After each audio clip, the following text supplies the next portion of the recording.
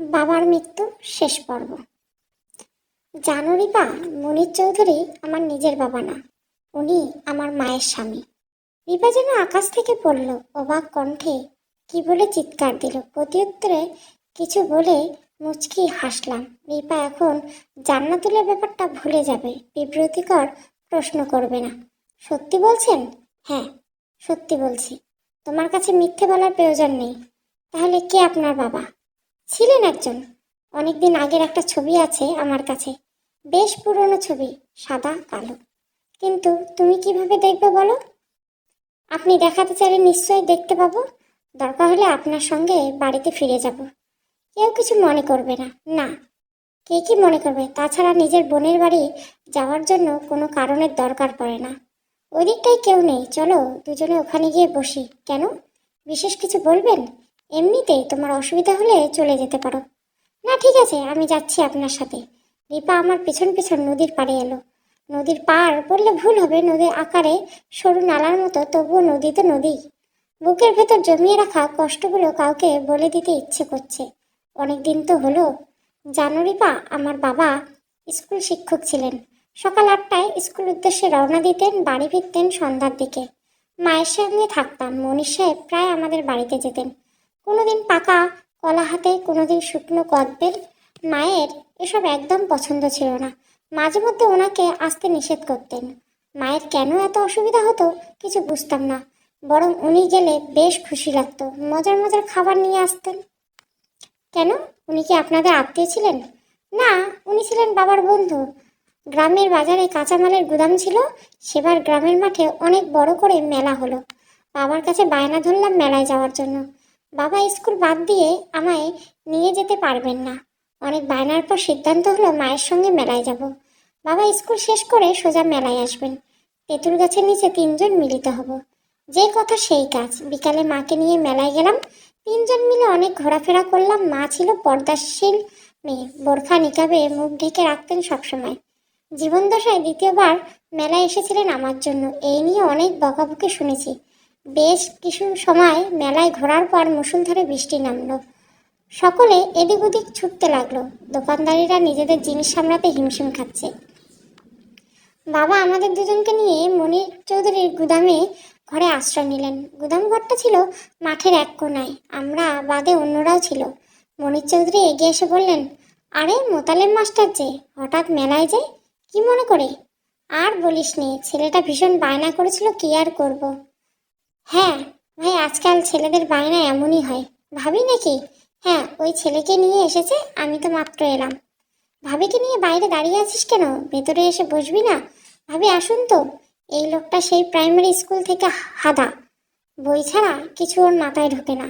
কথাগুলো বলে উনি অট্টহাসি হাসলেন। মা কিছু বললেন না, জায়গায় দাঁড়িয়ে থাকলেন। বাবা মাকে তাড়া দিয়ে বলল, ভেতরে গিয়ে বসো, এখানে লোকের ভিড়। মনির আমার অনেক পুরনো বন্ধু, প্রাইমারি স্কুলে একসাথে পড়েছি। মা ধীর পায়ে হেঁটে গুদাম ঘরের ভিতরে গিয়ে বসলো। সঙ্গে আমিও গেলাম। মনির চৌধুরী আমাদের জন্য নোনতা বিস্কুট নিয়ে এলেন, সাথে 1 গ্লাস পানি। খাবারগুলো নিয়ে দিয়ে উনি বাইরে গেলেন। মায়ের বোধহয় তৃষ্ণা লেগেছিল, নিকাব সরিয়ে পানিটা খেলেন। দরজার ওপাশ থেকে কেউ একজন উঁকি দিয়ে মায়ের মুখ দেখলো। সেই থেকে শুরু। এরপর প্রায় দিন মনির চৌধুরী আমাদের বাড়ি আসতেন। বাবা না থাকলে ঘন্টার পর ঘন্টা বসার ঘরে বসে বাবার জন্য অপেক্ষা করতেন। মা প্রচণ্ড বিরক্ত হতেন, কিন্তু মুখে কিছু বলতেন না। কখনো সখনো মুখের উপর বলে দিতেন বাবা না থাকলে যেন উনি না আসে। উনি মায়ের কথা আমল নিতেন না, ঠোঁট বেঁকিয়ে মুচকে হাসতেন, নরম গলায় বলতেন, বেজায় তেজি, এমন মেয়ে মানুষ সোনার হরিণ। আমি তখন অনেক ছোট, সবকিছু ভালো মতো খেয়াল নেই। ওনার কথার মানে বুঝতাম না। মাঝে মাঝে ভাবতাম বাবার কাছে জিজ্ঞাসা করব কথাগুলোর মানে কি, কিন্তু বাবাকে দেখলে এসব কথা মনেই থাকতো না। দিন বাবা মারা গেলেন। গ্রামের সকলে মনির চৌধুরীকে অনুরোধ করলো মাকে বিয়ে করার জন্য। মহিলা একা একা কোথায় যাবেন, কি খাবেন, ছোট্ট একটা ছেলে আছে। মনির সাহেব খুশি মনে রাজি হয়ে গেলেন। তবে মা একটু রাজি ছিলেন না, কিন্তু আমাদের হাতে কোনো উপায় ছিল না। সত্যি অসহায় হয়ে পড়েছিলাম। এ কি, আপনি কাঁদছেন কেন? কোথায় কাঁদছি? চোখে পোকা পড়েছে। ও আচ্ছা, দুজনে মিলে কফি খেলে কেমন হয়? আজ না, বরং অন্য কোনো দিন। তুমি বরং বাড়ি ফিরে যাও, আজ আমার কিছু কাজ আছে। কথাগুলো বলে এক মুহূর্ত দেরি করলাম না। রিপাকে রেখে হাঁটা ধরলাম। গলা জড়িয়ে আসছে। রিপার সামনে নিজের দুর্বলতা প্রকাশ করতে চাই না। আজ অনেক কিছু বলে ফেলেছি। আমি জানি এ ব্যাপারে রিপা কাউকে কিছু বলবে না, বরং আমার দুঃখে নিজেও কিছুটা কষ্ট পাবে। চলে আসার সময় পিছন ফিরে তাকালাম না, তাকালে হয়তো নজরে আসতো রিপা অবাক চোখে আমার যাওয়ার দিকে তাকিয়ে আছে। আমার চোখে মুখে অভিমানের কালো মেঘ ভিড় করতে আরম্ভ করছে। বাড়ি ফিরে দেখলাম ভাইয়া সোফায় বসে আছে। ফুপুর সঙ্গে কথা কাটাকাটি হচ্ছে। ফুপু ভীষণ চটে আছে। আমায় দেখে মুখ বেঁকিয়ে বলল, তোর জন্য নিজের ভাইপোর সাথে ঝগড়াঝাটি করতে হয়। আমি আপনাকে ঝগড়া করতে বলিনি। তাছাড়া আমি তো বাড়িতেই ছিলাম না, মাত্র এসেছি। কি নিয়ে ঝগড়া হচ্ছে তাও জানা নেই। 10 ক্লাস লেখাপড়া করে নিজেকে অনেক বড় হনু ভেবে ফেলেছিস, বড়দের মুখে মুখে তর্ক করিস। তর্ক করছি না। ফুপু হাউমাউ করে কান্না জুড়ে দিল। ফুপুর কান্না শুনে কাকাও বেরিয়ে এলো, হয়তো ঘরে বসে বিশ্রাম নিচ্ছিলেন। কি হয়েছে রে মনিরা, ভর দুপুরে ঝগড়া করছিস কেন? এখন কি আর দুপুর আছে? ঝগড়া করি কপালের দোষে। কাকা কিছু না বলে বাইরের দিকে হাঁটা দিল, চোখে মুখে বিরক্ত, যেন এখানে এসে অনেক ভুল করে ফেলেছে। কথা বাড়ালাম না, বিছানায় গিয়ে পিঠ এলিয়ে দিলাম। সবকিছু এলোমেলো লাগছে। বুকের বাঁ পাশে চিনচিন ব্যথা অনুভব করছি। অনেকদিন আগের ব্যথাটা ভীষণ কষ্ট দিচ্ছে। তনিমা, তুমি কি রেগে আছো? না, কার উপর রাগ করব? নিজের স্বামীর উপর রাগ করার অধিকার আমার নেই। স্বামী হিসেবে তোমার যোগ্য হতে পারিনি, তাই না বলো? না, তেমনটা কখন বললাম? আপনার কাছে আমাকে মানায় না। সহজ কথাটা বুঝতে দেরি করে লাভ কি? ভালোই কথা শিখেছ। ভালো খারাপ জানি না, তবে সত্যটা মেনে নিতে শিখেছি। অনেক তো হলো মিথ্যে আশায় বুক বেঁধে কি লাভ? বা চমৎকার। খুশি হলেন নাকি উপহাস করলেন? কিছু না, একটা প্রশ্ন করব, বলো। বিয়ে হচ্ছে 3 বছর হতে চলছ, আমি আজও মা হতে পারিনি কেন? জানি না। আপনি জানেন ঠিকই, আল্লাহ দেয়নি বলে হয়নি। কিন্তু আপনি কি করছেন? হাত কথা বাড়ালো না, চুপচাপ মোবাইলের দিকে তাকিয়ে রইল। তনিমা বুঝতে পারলো কথা বাড়িয়ে লাভ নেই। ফারাত এই মুহূর্তে তাকে কিছু বলবে না। এই প্রসঙ্গ হলে ফারাত চুপ হয়ে যায়, হয়তো নিজের অন্যায় কথা মনে করে ভাষা হারিয়ে যায়। তনিমা কথা বাড়ায় না, চোখ মুছে ঘর থেকে বেরিয়ে আসে। রঞ্জু বাড়ি ফিরে ঘরে ঢুকেছে। ওকে ডেকে কিছু খেতে দিতে হবে। দুপুরবেলা না খেয়ে বেরিয়েছিল। বেশ কিছু সময় ধরে রঞ্জুর মোবাইল বাজছে। রঞ্জু ছেলেটা বিছানায় একা কোণে বালিশ কোলে নিয়ে ঘুমিয়ে আছে। রিংটোনের শব্দ তার কানে পৌঁছাচ্ছে না। রঞ্জু, তোমার মোবাইল বাজছে, উঠে দেখো তো কে কল দিচ্ছে। ভাবির ডাকে আনমোড়া ভেঙে উঠে বসলাম। 53 বার কল এসেছে, তার মধ্যে 3বার থানা থেকে, বাকিগুলো রিপার নাম্বার থেকে। মোবাইল হাতে নেওয়ার 25 সেকেন্ডের ভিতর আবার কল এলো। বাদশাহবাবু কল দিয়েছে। রঞ্জু সাহেব, জি, আপনার বাবার খুনিকে ধরে ফেলেছি। কাল সকালে মিলে থানায় চলে আসবেন। আচ্ছা, সবাই আসবেন, কিন্তু কেউ যেন বাদ না পড়ে। খুনি ধরা পড়েছে এ কথা সবাইকে জানিয়ে দেন। ঠিক আছে। কল কেটে গেল। দ্রুত পায়ে বসার ঘরের দিকে ছুটলাম। কেউ নেই। দোতলায় ফিরে এলাম। ভাইয়া নিজের ঘরে শুয়ে মোবাইল দেখছে। ভাইয়া, বাবার খুনি ধরা পড়েছে। ভাইয়া লাফ দিয়ে উঠে বলল, উত্তেজিত গলায় বলল, তোকে কে বলেছে? বাদশাহবাবু কল দিয়েছিল, উনি বললেন কাল আমাদের থানায় যেতে হবে। নরম গলায় বলল, বাহ, আজকাল পুলিশও অনেক এগিয়ে গেছে, এত তাড়াতাড়ি খুনিকে ধরে ফেললো। তাছাড়া আমাদেরকেও তেমন অসুবিধা পোহাতে হয়নি। হ্যাঁ, কাকে ধরছে না ধরছে কাল সকালে জানা যাবে। এখন ঘুমিয়ে পড়ো, সকাল সকাল উঠতে না পারলে ঝামেলা হবে। হ্যাঁ, আমিও শুয়ে পড়ছি, তুইও যা। যাওয়ার সময় দরজা লাগিয়ে দিস। তনিমের মতো দরজা খুলে ঘর থেকে বেরিয়ে যাস না যেন। ভাইয়ের ঘর থেকে বেরিয়ে এলাম, ইচ্ছে করে দরজা লাগালাম না। লোকটা হামেশায় ভাবিকে ঠেস দিয়ে কথা বলে, অথচ এই ছেলে ওনাকে বিয়ে করার জন্য পাগল হয়েছিল। রাতে খাওয়া শেষ করে বিছানায় চলে এলাম। কাল রাতে থানায় যেতে হবে। কাল না গেলে আমাকে দোষী বানিয়ে ফেলতো। 7 কাজ ভাবতে ভাবতে চোখ লেগে গেছিল। মোবাইল বাজছে, রাত বিরাতে কল আসলো। বুকের ভিতর ধক করে ওঠো। এত রাতে কে কল করতে পারে? রিপা। রিপা মেয়েটার কাণ্ডজ্ঞান বলতে কিছু নেই। রাত 3টার সময় কেউ কল দেয়? কল কেটে গেল। হাঁপ ছেড়ে বাঁচলাম। কথা বলতে ইচ্ছে করছে না। স্বস্তির নিঃশ্বাস বেশিক্ষণ স্থায়ী হলো না। মাঝপথে গিয়ে হতাশায় পরিণত হলো। বিরক্ত হয়ে কল রিসিভ করলাম। বিরক্ত করলাম নাকি? কিছুটা। মাঝরাতে কল আসলে সকলেই বিরক্ত হয়। না না, সকলে বিরক্ত হয় না। অনেকে মাঝরাতে কল হওয়ার জন্য অপেক্ষা করে, কখন প্রিয় মানুষের কল আসবে সেই অপেক্ষাতে মোবাইলে হাতে পায়চারি করতে থাকে। আমার প্রিয় মানুষ নেই, কারো কলের অপেক্ষায় থাকি না। আসলেই কি তাই? আপনার প্রিয় মানুষ নেই? না, কোনোদিন হবেও না। হয়তো হবে না। জানেন রঞ্জু, জীবনে এমন কিছু কথা থাকে আমরা সেগুলো লুকিয়ে রাখি, এমনকি নিজেদের কাছেও অস্বীকার করি। মাঝরাতে কাব্যিক আলাপন ভালো লাগছে না, কাজের কথা বলো। কাল আমার বিয়ে হুট করে ঠিক হয়েছে। অনেক ভালো শিক্ষিত ছেলে, সরকারি চাকরি করে। বিয়ে করে নাও, অনেক শুভকামনা রইল। খুব সহজে বলে দিলেন যে। সহজ কথা সহজভাবে বলতে হয়। ভালো থাকবেন সব সময়। কল কেটে গেল। রিপা বোধহয় অভিমান করেছে, রাগ করে কল কেটে দিল। বুক চিরে দীর্ঘশ্বাস বেরিয়ে এলো। এই জীবনে আমাকে জড়িয়ে কি লাভ? কোনো লাভ নেই, না সত্যি নেই। সকাল থেকে হইচই লেগেছে। ভাবি তড়িঘড়ি করে সব কাজ শেষ করতে চাইছে। ফুপু সোফার কোণে বসে ভাবিকে হুকুম করছে যেন জীবনের শেষ যাত্রায় রওনা দিবে, এরপর কাউকে হুকুম করার সুযোগ পাবে না। চাচা মিয়া টেবিলে বসে চায়ের কাপে বিস্কুট ডুবিয়ে খাচ্ছে, উপভোগ করার মতো খাবার। ভাইয়াকে খুঁজে পাওয়া যাচ্ছে না। সকালে কোথায় বেরিয়েছে ভাবি কিছু বলে যায়নি। বেলা 10টা নাগাদ থানার উদ্দেশ্যে রওনা দিলাম। ভাইয়া থাকলে গাড়ি করে যাওয়া যেত, কিন্তু সে লাপাত্তা। অগত্যা সবাইকে অটোরিক্সা করে যেতে হলো। বাড়ি থেকে থানায় আসতে আধ ঘন্টা সময় লাগতো। বাদশাবাবু চেয়ারে হেলান দিয়ে বসে আছে। আমাকে দেখে উঠে আসলো, মিষ্টি গলায় বলল, এখানে আসতে অসুবিধা হয়নি তো? না, কোনো অসুবিধা হয়নি। তা বেশ, হাবু মিয়া এদের বসার ব্যবস্থা করো। আপনাদের ভাইকে কোথাও দেখতে পাচ্ছি না, সে আসেননি? না, ভাইয়া সকালবেলা উঠে কাজে বেরিয়েছে। কি এমন কাজ করেন উনি? সে যাই হোক, আপনারা বসে বিশ্রাম করেন। বুড়ো কুচকে ওনার দিকে তাকিয়ে রইলাম। লোকটার মাথায় সমস্যা আছে, এমনভাবে কথা বলছে যেন ওনার বাড়িতে বেড়াতে এসেছি। বসে বিশ্রাম নিয়ে দুপুরে খাওয়া দাওয়া শেষ করব। এভাবে তাকিয়ে আছেন কেন? কোনো সমস্যা? না, ঠিক আছে। আপনার ভাইকে প্রয়োজন ছিল, ওনার নাম্বারটা? বাদশাবাবু কথা শেষ করতে পারলেন না। ভাইয়া এসে থানায় ঢুকলো। ব্যস্ত গলায় বলল, একটু কাজ ছিল, দেরি হওয়ার জন্য দুঃখিত। সমস্যা নেই, খুব বেশি দেরি হয়নি। আচ্ছা, বাবার খুনিকে পাওয়া গেছে? কোথায় সে? আপনি কি কি বলছেন এসব? মাথা খারাপ হয়ে গেছে আপনার? ফাহাদ সাহেব অযথা উত্তেজিত হচ্ছেন। আমি তো মজা করছি। ভাইয়া সহ সকালে বাদশাবাবুর দিকে তাকালো। বাদশাবাবু মুচকি এসে বলল, এভাবে দেখার কিছু নেই।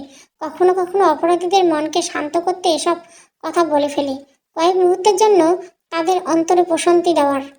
কাজের কথা শুরু করি। হাবু মিয়া, মেয়েটিকে নিয়ে এসো। হাবু মিয়া থানার বাইরে চলে গেল। কয়েক মিনিট পরে একজন মেয়ের সাথে ফিরলেন। মেয়েটার গলায় ওড়না পেঁচানো, ঠোঁটে হালকা লিপস্টিক, চোখে গাঢ় কাজল দেওয়া, চোখে মুখে বিষণ্ণতার ছাপ। এই মেয়েকে কেউ চেনে না। না সূচক মাথা নাড়া দিলাম। ভাবিও আমার সঙ্গে তাল মেলালো। ফুপু আর কাকা দুজনে দুজনের দিকে চাওয়াচাওয়ি করছে। ভাইয়া হতভম্ব হয়ে মেয়েটির দিকে তাকিয়ে আছে। হ্যাঁ সাহেব, আপনি ওনাকে চেনেন? হ্যাঁ, তুলি। ভাইয়া আর চোখে ভাবি আর চোখে ভাইয়ের দিকে তাকালো, চোখ দুটো ছলো ছলো। সামান্য ব্যাপারে কান্নার কি আছে? ওনার সঙ্গে কি সম্পর্ক আপনার? জানি না, তবে বিয়ে করার স্বপ্ন দেখতাম। বেশ কিছুদিন হলো ওর সঙ্গে যোগাযোগ নেই, হারিয়ে গেছিল। তাও ভালো, আপনি সত্যিটা স্বীকার করে নিলেন। অন্য কেউ কি চেনেন? মনিরা সাহেবা, আপনি কি ওনাকে চেনেন? না, শহরের মেয়েকে আমি কিভাবে চিনব? আচ্ছা তুলি, তুমি কি ওদেরকে চেনো? তুলি জিহ্বা দিয়ে ভিজিয়ে তরল গলায় বলল, হ্যাঁ। যে রাতে মনির চৌধুরী খুন হয়েছিল সেদিন ওনাদের সঙ্গে দেখা করেছিলাম, বয়স্ক দুজনের সাথে। চোখ বড় বড় করে মেয়েটির দিকে তাকালাম। বাবার সঙ্গে এই মেয়ের কি সম্পর্ক? একে তো আগে পরে কখনো দেখিনি। ভাইয়া বা তুলিকে কেমন করে চেনে? এখন কি বলবেন?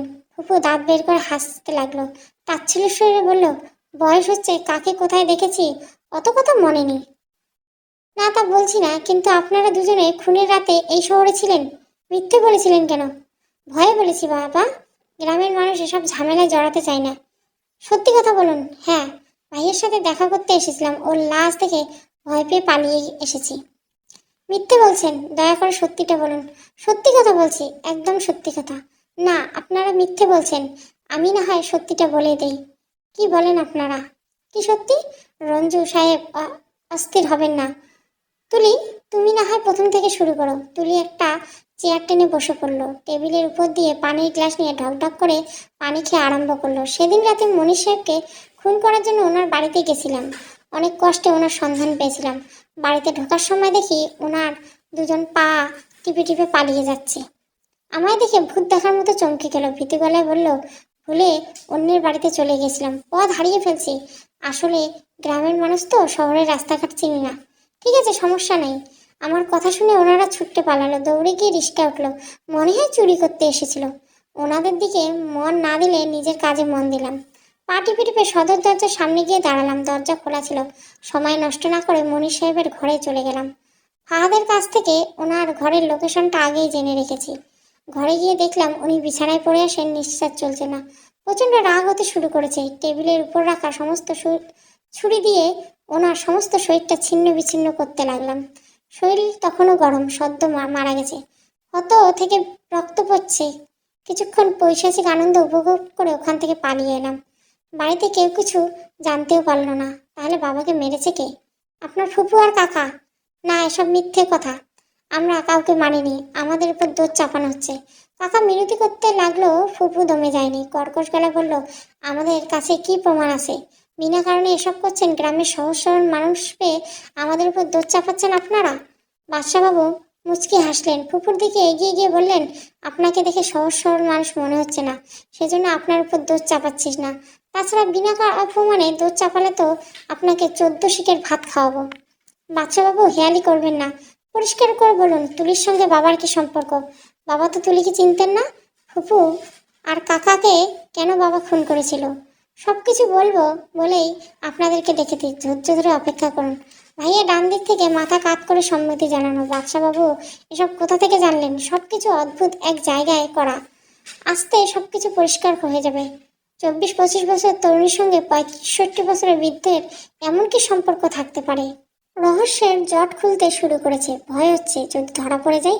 সেদিন বাদশাহবাবু বলেছিল বাবার শরীরে আর্সেনিক পাওয়া গেছে। হ্যাঁ, আর্সেনিক দিয়ে তো ওনাকে মারতে চেয়েছি, তবে তৃতীয়বার সফল হতে পারেনি। তুলির মতো সাহসী হলে মন্দ হতো না। রঞ্জু সাহেব কিছু ভাবছেন? না, তেমন কিছু না। তুলি কাঠের চেয়ারে বসে দু হাতে নিজের কপাল চেপে ধরে আছে, কারো দিকে তাকাচ্ছে না। ভাইয়া করুণ চোখে তুলির দিকে তাকিয়ে আছে। ওনার চোখ দুটো ছলছল করছে, ভাবির চোখের পানি শুকিয়ে গেছে, সেদিকে নজর দিচ্ছে না। আর মনে কিছু ভাবছে। তুলি সময় নষ্ট করো না, মনির চৌধুরীর সঙ্গে তোমার সম্পর্ক কি?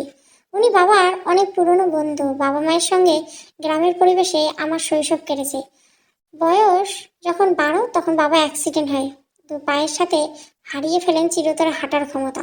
বাবার রোজগারে সংসার চলতো, রোজগারের জন্য অন্য কোনো কেউ ছিল না। মা বাইরের কাজে হাত দিতেন না, ঘরে সবকিছু দেখাশোনা করতেন। তেমন কিছু জমানো ছিল না, যা ছিল তা চাহিদার তুলনায় অনেক কম। বাবার চিকিৎসা সংসার খরচ চালাতে রীতিমতো হিমশিম খেতে পড়তে হতো। কয়েক মাস পর সংসারে অভাব শুরু হয়। উনুনে হাঁড়ি চাপলে দ্বিতীয়বার রান্নার কিছু অবশিষ্ট থাকলো না। এমন অভাবের সংসারে মনির চৌধুরীর আগমন।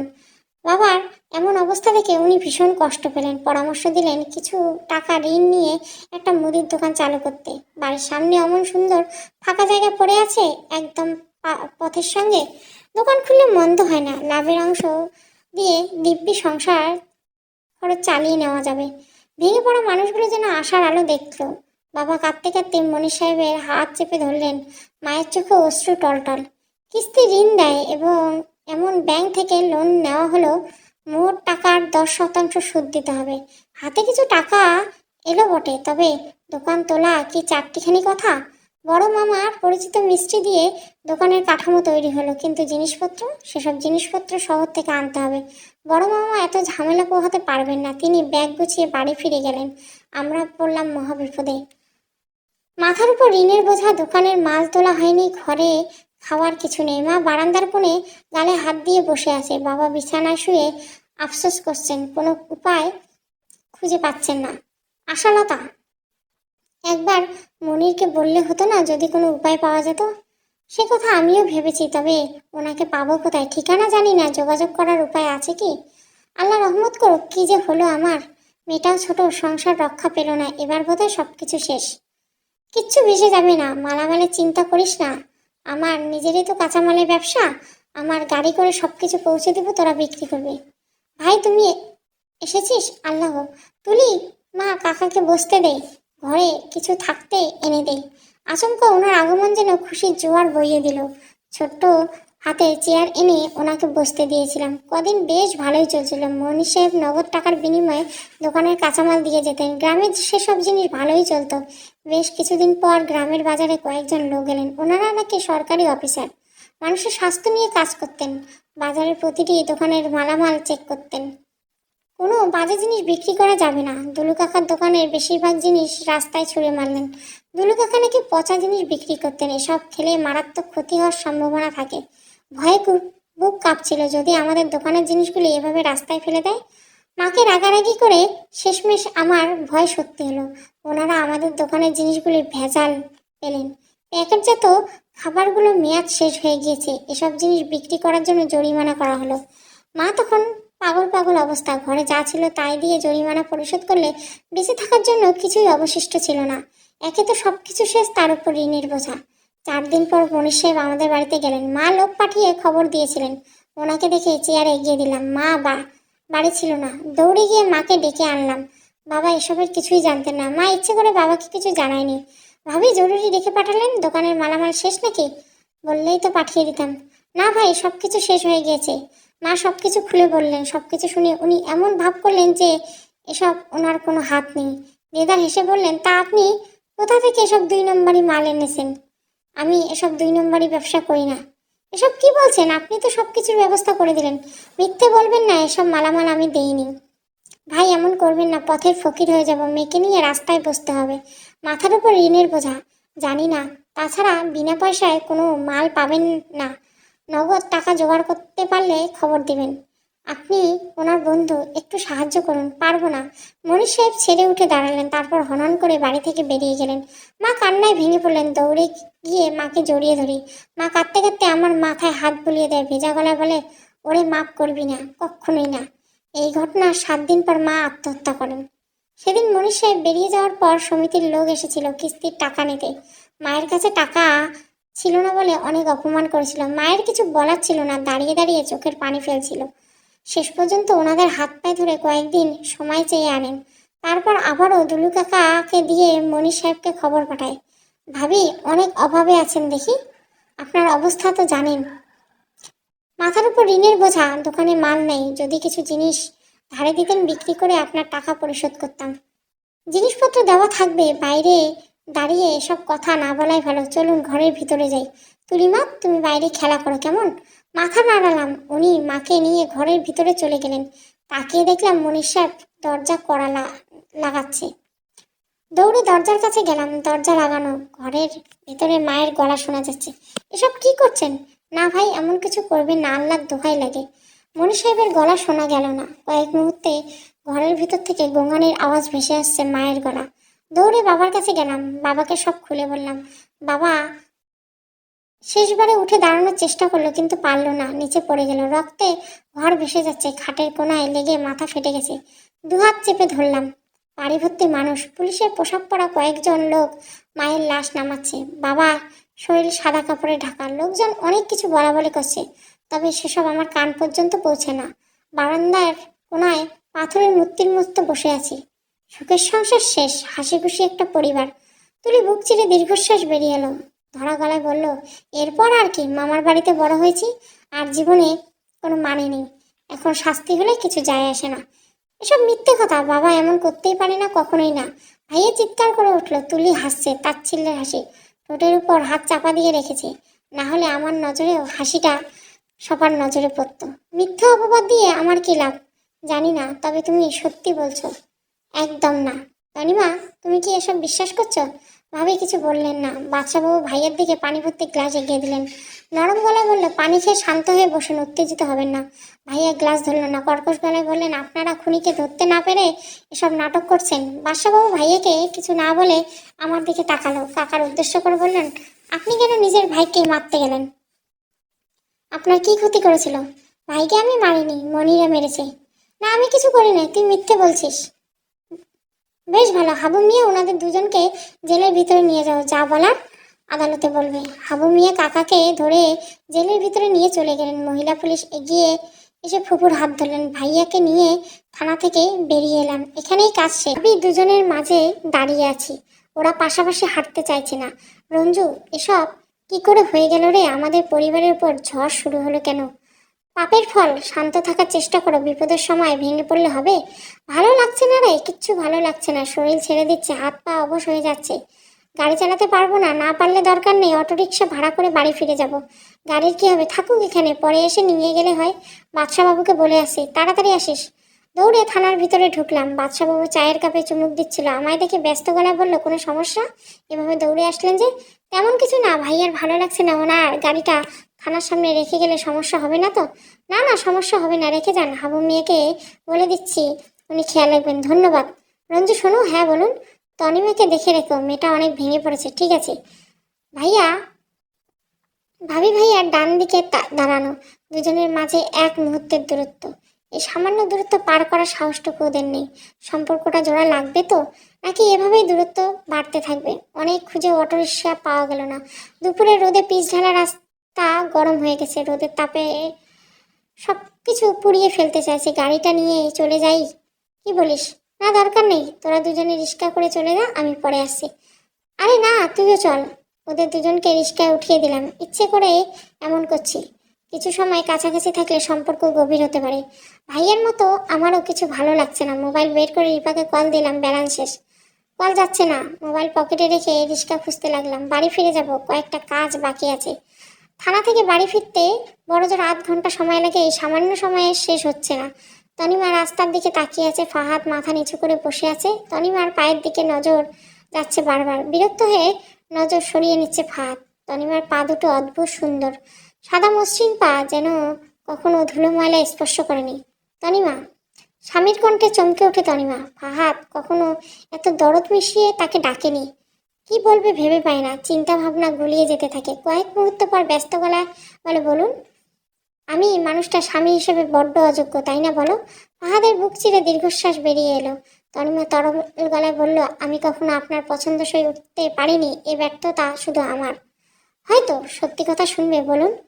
তুলি চোখের পানি আমায় ততটা আঘাত করতে পারে না যতটা তুমি পারো। থানায় তুলির চোখের পানি দেখে খারাপ লেগেছিল, খুব খারাপ। তবে তোমার চোখের পানি দেখে হৃদয় পড়ছে।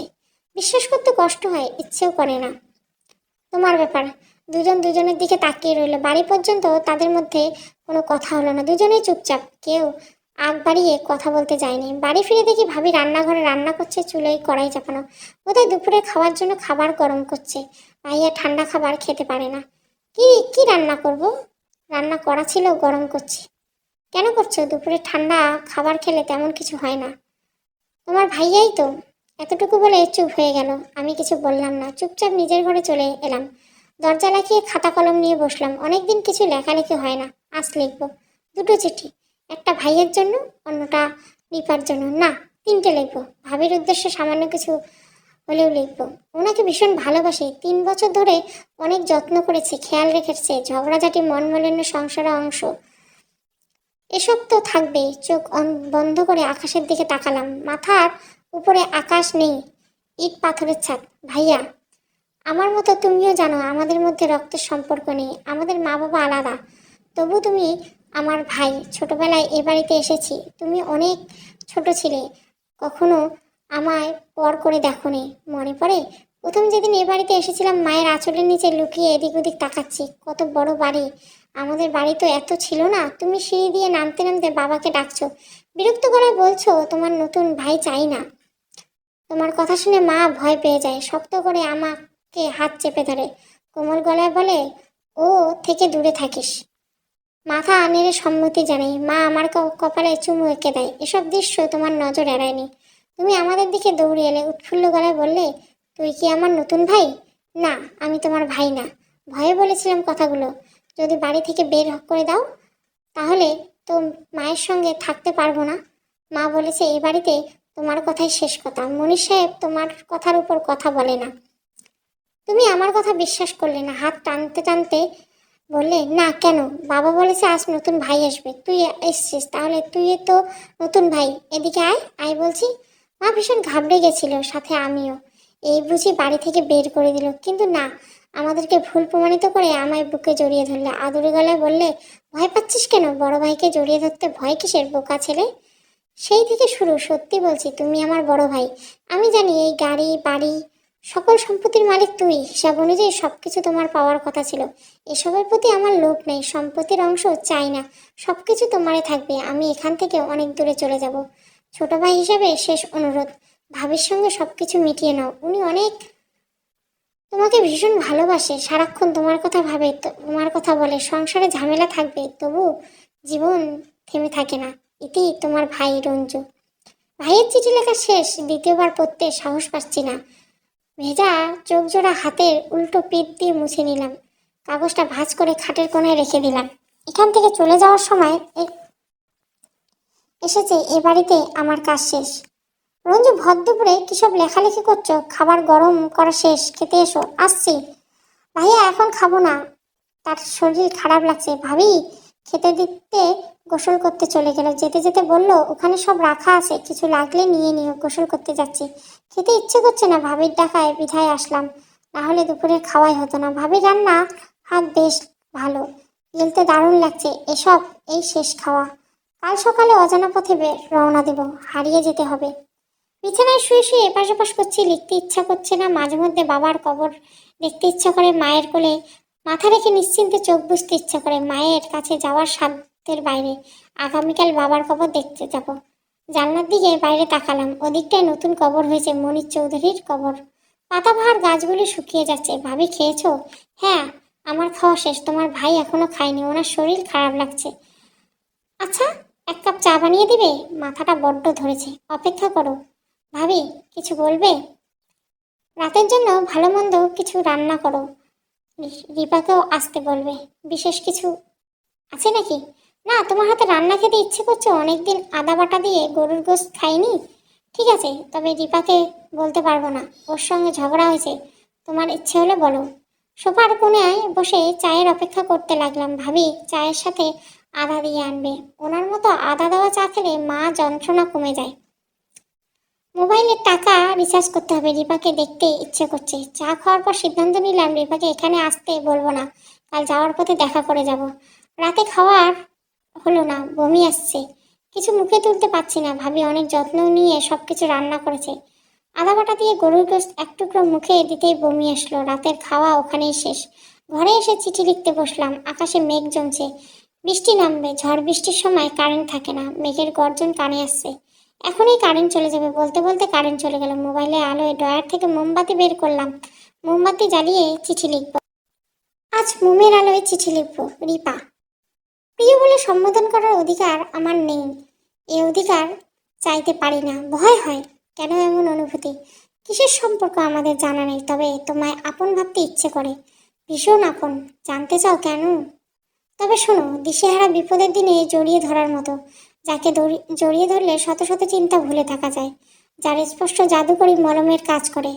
এটুকু লিখে কাগজটা টেনে ছিঁড়ে ফেললাম। রিপার উদ্দেশ্যে প্রেমপত্র লেখার ইচ্ছে নেই, তাহলে এসব লিখছি কেন? এগুলো তো আমার মনের কথা নয়। এই প্রশ্নের উত্তর জানা নেই। পৃষ্ঠা উল্টে পুনরায় লিখতে আরম্ভ করলাম। রিপা, সেদিন আমার কথা শেষ হয়নি, তাড়াহুড়োয় সম্পূর্ণ ঘটনা বলতে পারিনি, আজ বলবো। জানো রিপা, আমার বাবা মারা যায়নি, ওনাকে মেরে ফেলা হয়েছিল বিষের সাহায্যে। খুব সতর্কভাবে বিষ দেওয়া হতো, বহুদিন ধরে একটু একটু করে বিষ দেওয়া হতো। এভাবে বাবাকে মৃত্যুর দিকে ঠেলে দিয়েছিল। কে মেরেছিল জানো? মনির চৌধুরী। হ্যাঁ, তুমি ঠিক পড়েছ, মনির চৌধুরী। লোকটার নজর ছিল মায়ের দিকে। মেলার ঘোরার দিন বৃষ্টির হাত থেকে বাঁচাতে ওনার গুদাম ঘরে আশ্রয় নিয়েছিল। সেখানে প্রথম দেখায় মায়ের রূপে মুগ্ধ হয়েছিল। বলা বাহুল্য, মা সুন্দরী, মায়ের চোখ জোড়া অসম্ভব সুন্দর। সেই চোখের মায়া লোকটা পড়েছিল, সেজন্যই তো বাবাকে হারালাম।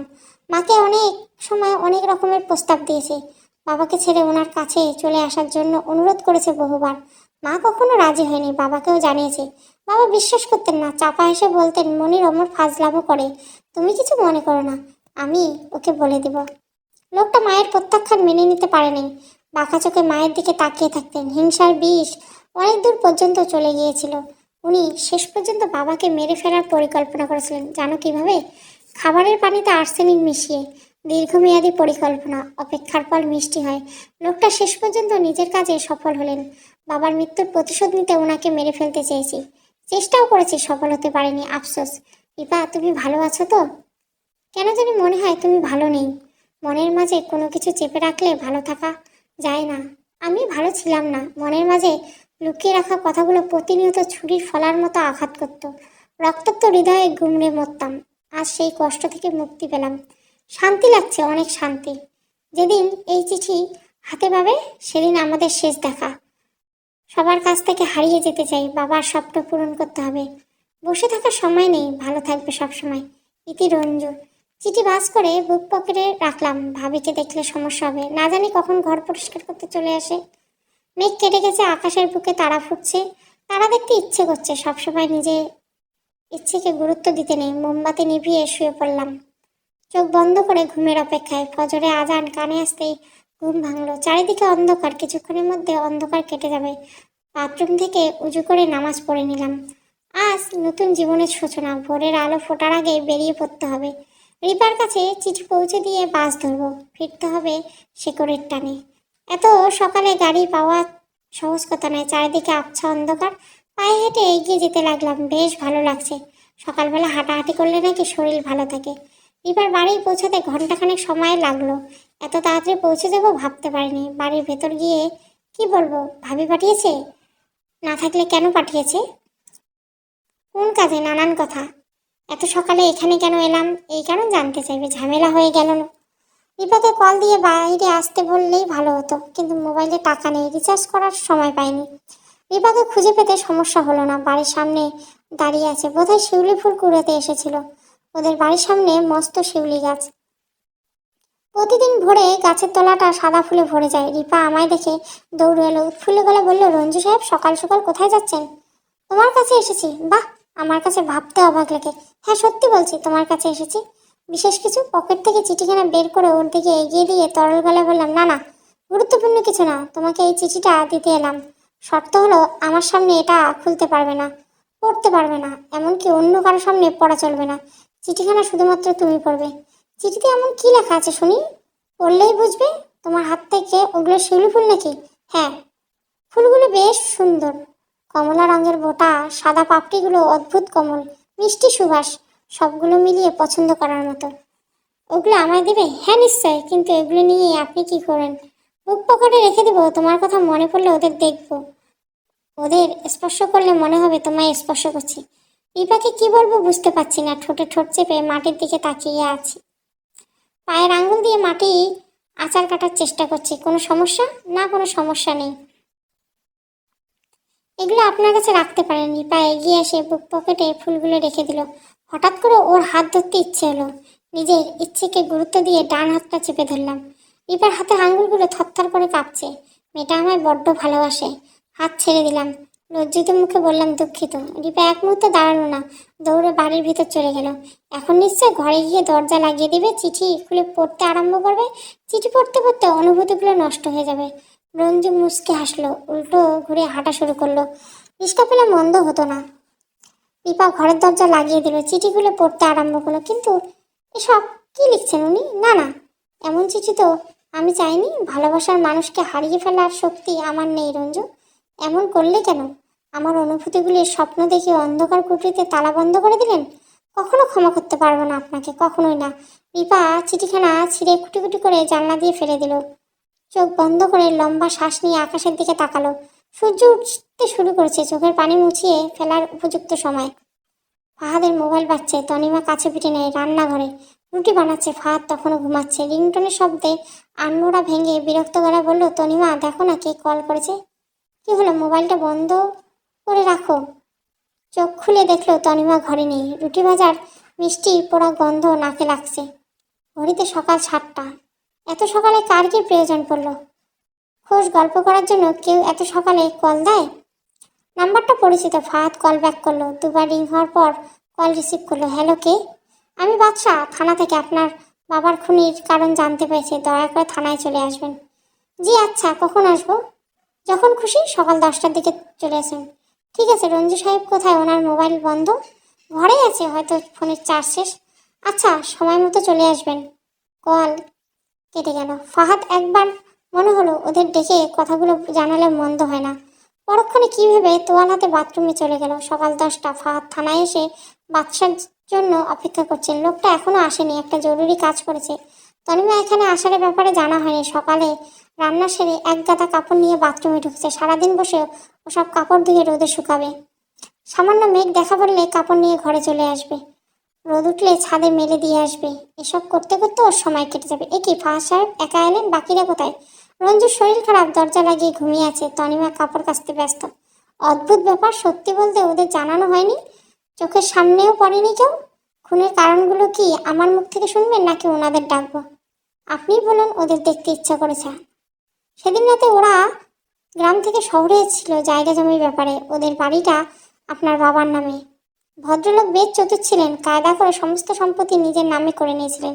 এসব নিয়ে ভাই বোনদের মধ্যে তর্ক বিতর্ক শুরু হয়। তর্কের এক পর্যায়ে আপনার ফুফু ওনাকে থাপ্পড় মারেন। এরপর শুরু হয় হাতাহাতি। হাতাহাতির এক পর্যায়ে ওনাকে বালির চাপা দিয়ে হত্যা করা হয়। দেখবেন নাকি? কি দেখব? হাসালেন।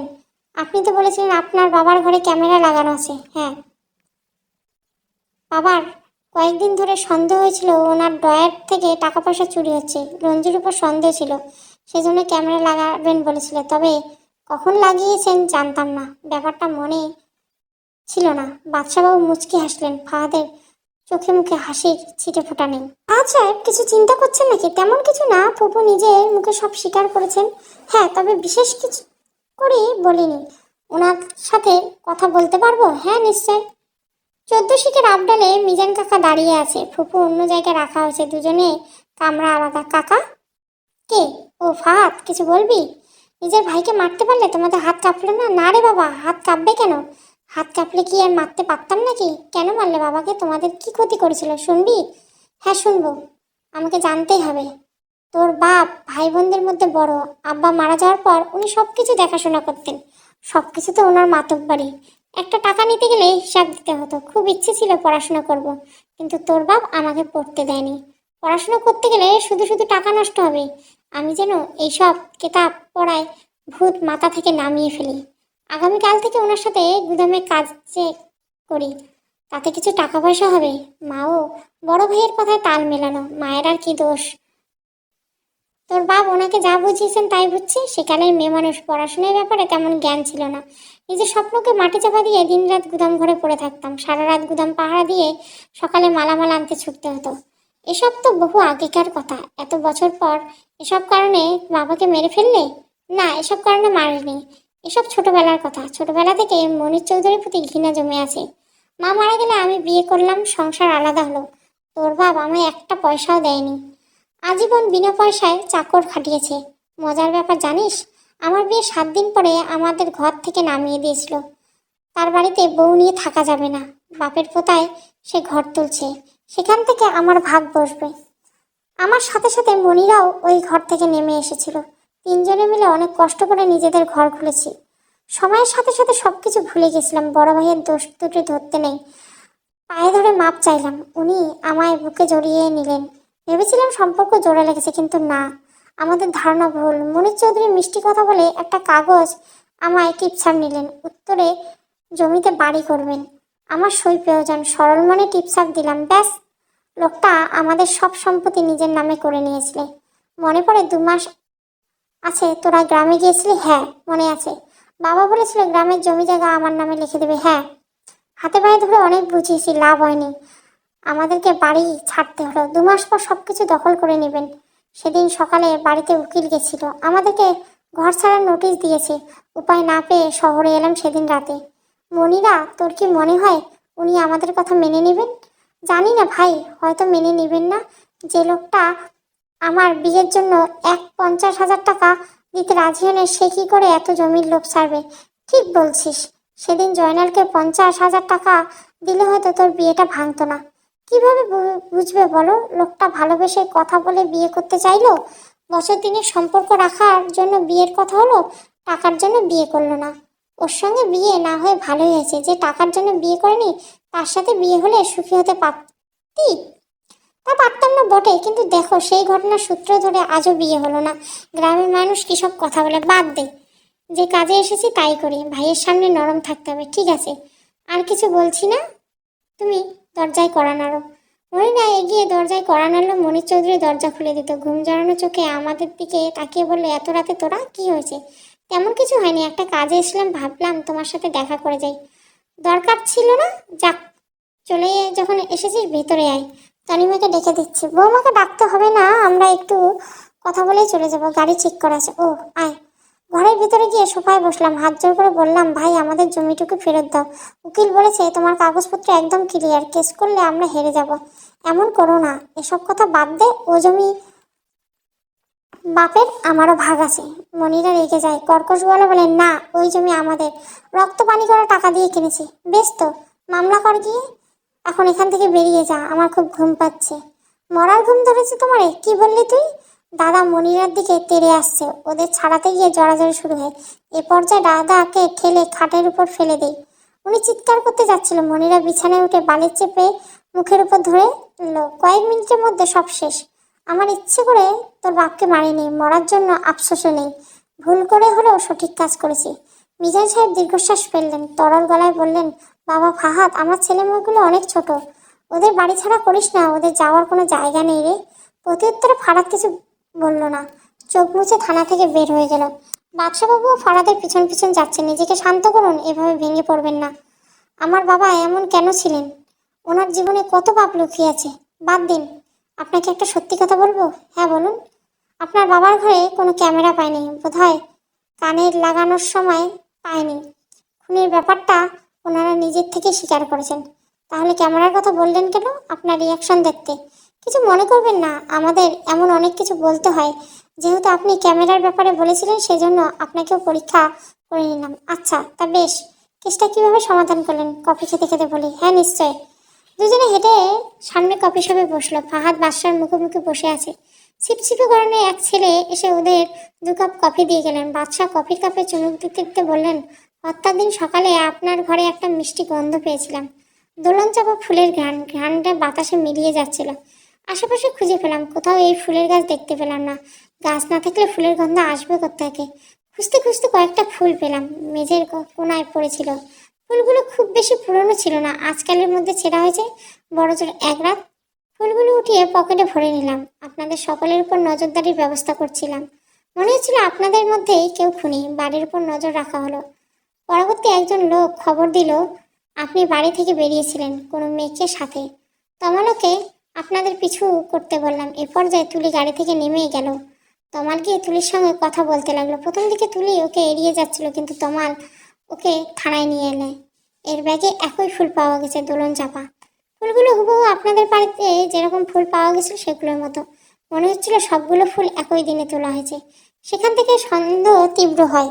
ওকে নানান রকম জিজ্ঞাসাবাদ করতে থাকি। প্রথমে কিছু স্বীকার করতে চায়নি, পরবর্তীতে সবকিছু খুলে বলে। আপনাদের গ্রামে খোঁজ নিয়ে জায়গা জমির ব্যাপারটা জানতে পারি। আস্তে আস্তে সবকিছু পানির মতো পরিষ্কার হয়ে যায়। সবকিছু মিলে দোলন চাপা ফুল। ওই ফুলের জন্য সব ধরতে পেরেছি। হ্যাঁ, অনেকটাই। ছোট ছোট ভুল থেকে অনেক বড় বড় সত্যি প্রকাশ পায়। তুলি সেদিন খুনের উদ্দেশ্যে আপনাদের বাড়িতে গিয়েছিল, মনির সাহেবকে জীবিত পায়নি। রাগের মাথায় খারাপ হয়ে যায়, মনির সাহেবের শরীরে আঘাত করতে থাকে। সেখানেই বোধহয় ফুলগুলো মেঝেতে পড়েছিল। যাওয়ার সময় খেয়াল করেনি। দীর্ঘশ্বাস ফেলে শেষবারে কফির কাপে চুমুক দিল। কফি শেষ, এবার উঠতে হবে। বাবার মৃত্যুর রহস্য জানা হয়ে গেছে। লোকটা বাবা বলতে ইচ্ছে করছে না। বাবারা তো এমন নিষ্ঠুর হয় না। ফাহাদ এখন রঞ্জুর চিঠিটা হাতে পায়নি।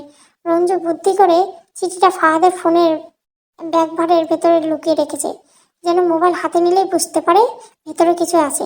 আসার সময় তাড়াহুড়ো খেয়াল করেনি। হঠাৎ কি মনে করে পকেট থেকে মোবাইল বের করে হাত তনিমা সবকিছু জানাতে ইচ্ছে করছে। মোবাইল হাতে নিতে ফাহাদের সন্দেহ হলো। ব্যাগ কভারে খুলে দেখলো সাদা কাগজে ভাঁজ রাখা। বিরক্ত হয়ে কাগজটা হাতে নিল। কাগজে কিছু লেখা। কৌতূহল হয়ে লেখাগুলো পড়তে আরম্ভ করলো। ফাহাদের চোখ ভিজে যাচ্ছে, কিছু মানতে পারছে না। রঞ্জু চলে গেছে। আচ্ছা, হারিয়ে যাওয়া কি কোনো কিছু সমাধান হতে পারে? ফাহাদ তো রঞ্জুকে নিজের ভাইয়ের মতো ভালোবাসতো। একসাথে থাকলে কি খুব বেশি অসুবিধা হতো? পরক্ষণে মনে হলো যে নিজেকে মিথ্যে সান্ত্বনা দিচ্ছে। সেও চায়নি রঞ্জু সম্পত্তির ভাগ বসাক। ছোট জীবনে সম্পদের প্রয়োজন এত বেশি। তার জন্য কুটিরের বারান্দায় বসে আনমনে বিড়বিড় করছে রঞ্জু। বাড়ির দেওয়াল খসে পড়েছে। চালের অবস্থা শোচনীয়। দেখে মনে হচ্ছে বহু বছর ধরে পরিত্যক্ত পড়ে আছে। মানুষের যাতায়াত নাই। উঠোনে বেশিরভাগ জায়গায় বুনো গাছপালা জমেছে। ঘরের ভিতরে আগাছায় ভরা। বাড়ির অবস্থা এমন করুণ হলেও বাড়ির সামনে কবরটা বেশ যত্নে আছে। কবরের চারপাশে পুরনো বাঁশের বেড়া। ছোট বড় ফুল গাছ লাগানো। কবরের পশ্চিম পাশে দোলন চাপা ফুলের গাছ। সবে ফুল ফুটতে আরম্ভ করছে। দোলন চাপার মিষ্টি গন্ধে ভরে আছে চারিদিকে। রঞ্জু বাড়ির ভিতর দিয়ে বেরিয়ে কবরের সামনে এসে দাঁড়ালো। ধরা গলায় বলল, বাবা কেমন আছো তুমি? অনেকদিন হলো তোমার কাছে আসা হয় না। মায়ের কবরটা তোমার পাশে দেওয়ার ইচ্ছে ছিল, দুজনকে একসাথে দেখতে পাবো। কিন্তু ওই মনির চৌধুরী রাজি হলেন না। কি আর করার, সবার সব ইচ্ছে পূরণ হয় না। উপাস থেকে উত্তর আসে না। রঞ্জু দুহাতে বাঁশের বেড়া চেপে ধরে। কপাল ভয়ে পানি গড়িয়ে পড়ছে। নির্জন জায়গাগুলোতে কাদার উপযুক্ত স্থান। অশ্রু লুকোনোর ব্যর্থ চেষ্টা করতে হয় না রঞ্জুকে। ওই মুহূর্তে গল্প উপন্যাসের চরিত্র মনে হচ্ছে। আজকালকার দিনে এমন ছেলে পাওয়া বড়ই দুষ্কর। বেশিরভাগ মানুষেরা বাবা মার কবরের কাছে দাঁড়ানোর সময় হয় না। সকলে নিজেদেরকে কাজে ব্যস্ত। রঞ্জুর শরীর নড়ে চড়ে না, এক দৃষ্টিতে কবরের দিকে তাকিয়ে থাকে। সদ্য জন্মানো কচি ঘাসগুলো চোখে লাগছে, কবরের উপর এদের মানাচ্ছে না। ফাহাদ বাড়ি ফিরছে মিনিট খানেক হলো। গলা ছেড়ে তনিমাকে ডাকছে, তনিমার সারা শব্দ নেই, হয়তো বাথরুমে। এখন তনিমার গোসলের সময়, বাবাও এ সময় গোসল করতেন।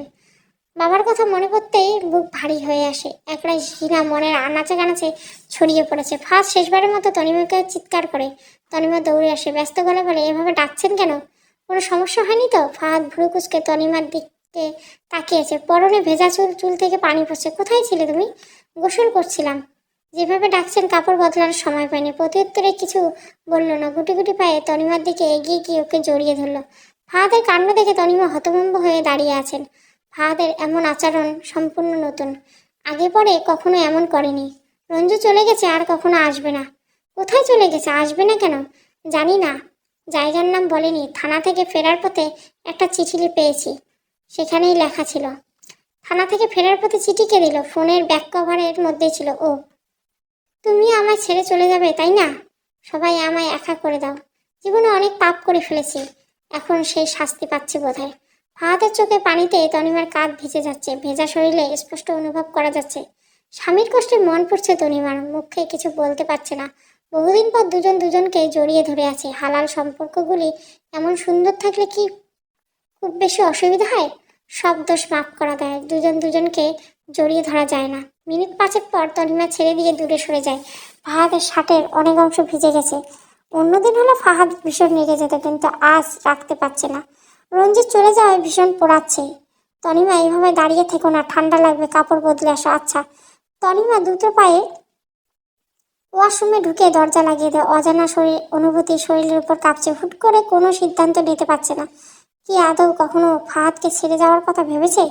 রঞ্জুকে নিজের ভাইয়ের মতো ভালোবেসেছে, ছেলেটা যে কোথায় চলে গেল।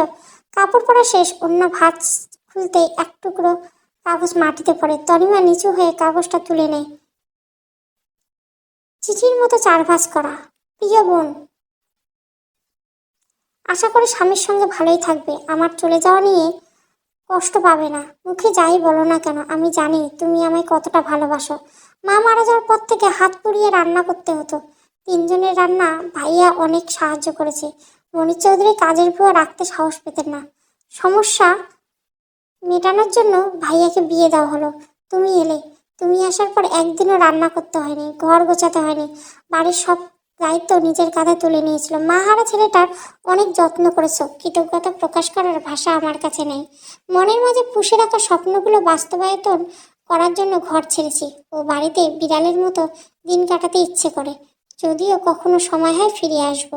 নিজের খেয়াল রাখো। তোমার জন্য চিড়ের মোয়া কিনেছিলাম, আমার ঘরের টেবিলের নিচে রাখা আছে। না জানি কবে এই চিঠি পাও, ততদিনে এগুলো ভালো থাকলেই হয়। ইতি, রঞ্জু। চিঠিতে বিশেষ কিছু নেই, তবু তনিমার চোখ দিয়ে পানি পড়ছে। কাঁদতে কাঁদতে ওয়াশরুমের দরজা খোলে। ফাহাদের কাছে গিয়ে ভাঙা গলায়, রঞ্জু আমায় এই চিঠিটা লিখেছে, আসুক একবার, খুব জোরে কান মলে দেব। ফাহাদ কিছু বলে না, চুপচাপ জানলার দিকে তাকিয়ে থাকে। নিজের জীবনের হিসাব মেলাতে বড্ড ব্যস্ত সে। দুপুরের কারো খাওয়া হয় না। ফাহাদ ঘুমিয়ে পড়েছে। তনিমা বিষণ্ণ মুখে সোফার উপর বসে আছে, হাতে গল্পের বই, তবে সেদিকে মন নেই। সবে সন্ধ্যা নেমেছে। পশ্চিম আকাশে সন্ধ্যা তারা জলজল করেছে। ফাহাদ বাবার কবরের কাছে দাঁড়িয়ে কিসব বিড়বিড় করছে। দূর থেকে সে কথা কানে আসে না। অন্ধকার গাঢ় হতে আরম্ভ করলে বাড়ির সামনে লাইট জ্বলে উঠল। ফাহাদের শরীর নড়ছে না। কবরটা বড্ড আকর্ষণ করে। কবরের ভিতর আজাব হচ্ছে না তো? ঘরে আসবেন না? তনিমার গলা শুনে হাত চমকে ওঠে। কোমল গলায় বলে, ঘরে নিয়ে যাবে? একা যেতে পারছি না। তনিমা এগিয়ে এসে স্বামীর বাহুতে চেপে ধরে। ফাহাদ তনিমার কাঁধে ওর হাত রেখে, এমন ঘনিষ্ঠ মুহূর্ত আগে আসেনি কেন? সময় তার নিজের নিয়মে চলছে। মাঝে কেটে গেছে 4টে বছর। তনিমা ফাহাদকে ছেড়ে যায়নি। কেউ যদি নিজের ভুল বুঝে ক্ষমা চায়, তবে তাকে মাফ করে দিতে হয়। সকলের প্রতিশোধের কাহিনীতে মেতে থাকলে দুনিয়া চলবে না। ক্ষমা তো ভালোবাসারই অংশ। বছর কয়েক হলো ওদের একটা ছেলে হয়েছে। আজকাল ছেলেটা বড্ড দুষ্ট হয়েছে। ছেলেকে সামলাতে রীতিমতো হিমশিম খেতে হয় তনিমাকে। তবুও যেন অদ্ভুত শান্তি খুঁজে পায়। প্রশান্তির মন ভরে ওঠে। সকাল থেকে ছেলের পিছনে ছুটতে হচ্ছে তনিমাকে। বিয়ের বাড়ির কোনো কাজে হাত লাগাতে পারছে না। মঞ্জিলা বেগম বড় মেয়ের উপর রেগে যাচ্ছে। রিপাকে সাজানো হয়নি, পার্লারের মেয়েগুলো এখনো পৌঁছায়নি। তনিমার বাবা ফাহাদের সঙ্গে বাইরের দিকটা সামলাচ্ছে, যদিও বরপক্ষ এসে পৌঁছায়নি, তবুও কাজের শেষ হচ্ছে না। শেষবারের মতো আলমারির নিচের ড্রয়ারে খুলে রিপা, কিছু কাগজের টুকরো পড়ে আছে সেখানে, সযত্নে সেগুলো হাতে তুলে নেয়। চোখের পানি যেন বাদ মানছে না। এ চিঠি আমায় না লিখলেও পারতে, তাহলে এতদিন ধরে কাগজের টুকরোগুলো যত্ন করে রাখতে হতো না। মনে পড়ে চিঠিতে কি লিখেছিল, আমার উদ্দেশ্য প্রেমপত্র লেখনি, তার থেকে বেশি কিছু লিখেছ। কতটা আপন ভাবলে এসব লেখা যায়। প্রথমে বুঝতে পারিনি, বোকার মতো অভিমান করে চিঠিটা টুকরো টুকরো করে ফেলেছিলাম।